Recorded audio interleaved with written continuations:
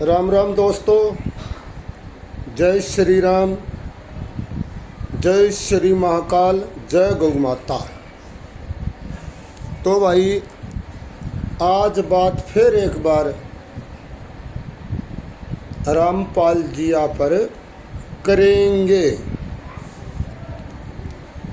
भाई ये कदे तक हैं जो इसके भगत हैं, रामपाल के जो सेवक हैं, वह कह राम मांस खाया करता।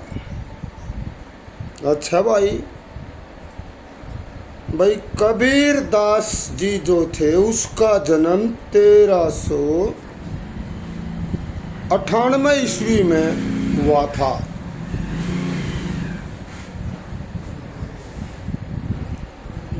और भाई वो एक जो विधवा ब्राह्मणी थी उसके गर्भ से उसका जन्म होया। ये न्यू कहें भाई यो तो जो कबीर था ऐसे ही मतलब अजन्म्या है। उस ब्राह्मणी ने इसको जन्म देने के बाद वह विधवा थी, इसलिए लोगों की भाई पहले इज्जत बेइज्जती ने बहुत मान्या करते। लोक लाज से भाई काशी में बनारस के लहर तारा जो झील कह लो, तालाब कह लो, उसके पास उसको वह रख कर चली गई। सुबह जब मुसलमान जो जुलाहे थे वो आया मुसलमान जुलाया आया जिसका कपड़ा बीनने का काम था। उनने उसे रोते हुए देखा, बिलखते हुए। तो भाई वो उसने कबीर दास ने उठा लाए और वह जाति से मुसलमान थे और उसका लालन पोषण करा। तो भाई मुसलमान के घर वो जन्म गया, मतलब उन लिया है, पालन पोषण करे और उसके घर रहा। तनु बताओ भाई मुसलमान ने पालन पोषण करे तो उड़े कबीर जिया ने क्या मांस मिट्टी का भक्षण नहीं किया? अंदाजा लगाओ। एक मैं कई दिन तक देख रहे हैं इसके भगत भाई कदे किसी ने टारगेट करा है, कदे शंकर भगवान ने करा है। तो हम तो फिर उसकी भाई शादी भी कर दी, जिसका एक लड़का हुआ कमाल, नाम सुन लियो उसके लड़के का कमाल, और लड़की हुई भाई एक उसका कमाली नाम। तो ये जो रामपाल के चेले हैं ये बताओ भाई वो कबीर था के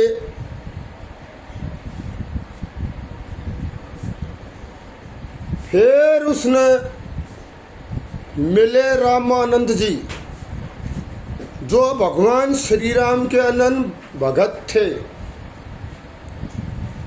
उसने उसको गुरु माने, उसका पैर लग गया और उसके मुख से निकला राम। वही गुरु मंत्र हो गया राम का। और कबीर साहब ने राम राम का ही जाप करया। किस चीज का जाप करया? राम का ही जाप करया। और उसने भाई कोई छुआछूत नहीं रखी। अच्छे संत थे, कवि भी थे। आज फिर भी हम यही कहेंगे, जब उसने गुरु दीक्षा ली, आध्यात्मिक ज्ञान हुआ, उसने सब कुछ छोड़ दिया। और लास्ट में जब वो भाई स्वर्ग सिधार गए, उसने अपना चोला छोड़ दिया। कबीर जिया ने आज मुसलमान के वहां जाओगे तो उसकी कब्र देखोगे तुम। अरे भाई हिंदू भी पूजा है क्योंकि वो सबके थे।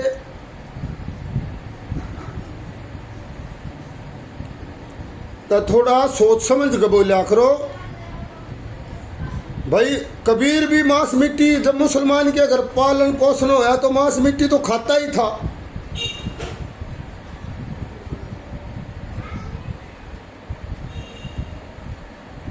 जब वो उसको अपना जो खाना पीना खिलाओ थे, सब कुछ खिलाया तो उन्होंने है। तब भाई सोच समझ के बोलिया करो।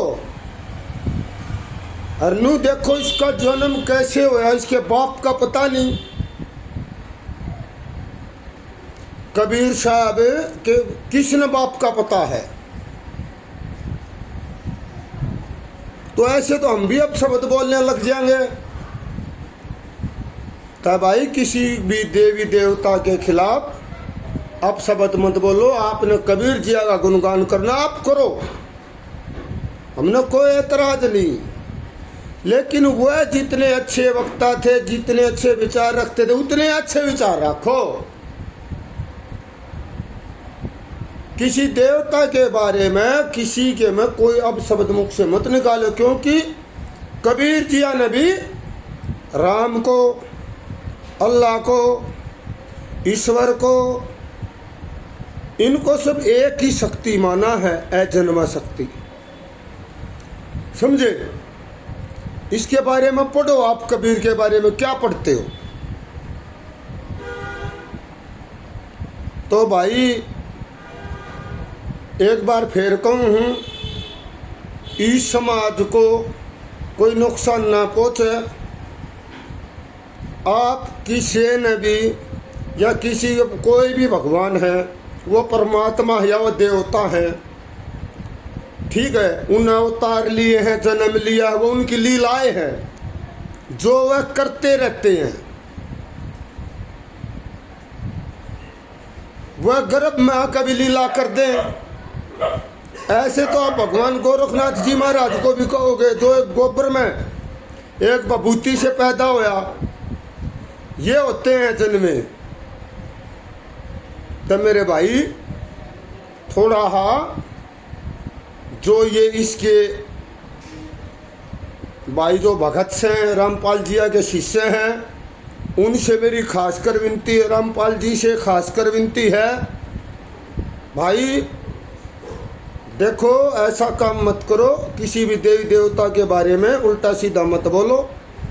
ये जो हम व्रत करते हैं, अब ये आएगा भाई, अभी शिवरात्रि आई थी और ये भाई जन्माष्टमी आएगी, आगे करवा चौथ आएंगे, फलाना, ये बहुत सारे व्रत हैं।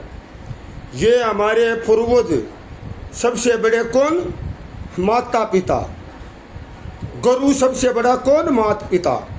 जो हमने सिखा के जा रहे हैं भाई, ये व्रत करो, ठीक है।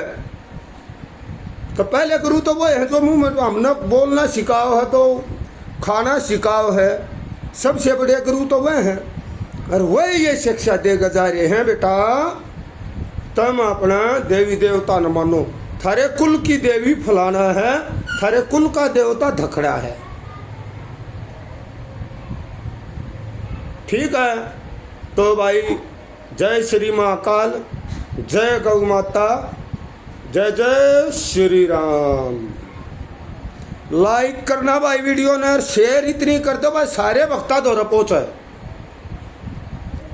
और कमेंट करके बताइयो भाई मेरी बात सही है गलत है। जय शिव भोलेनाथ, जय श्री महाकाल।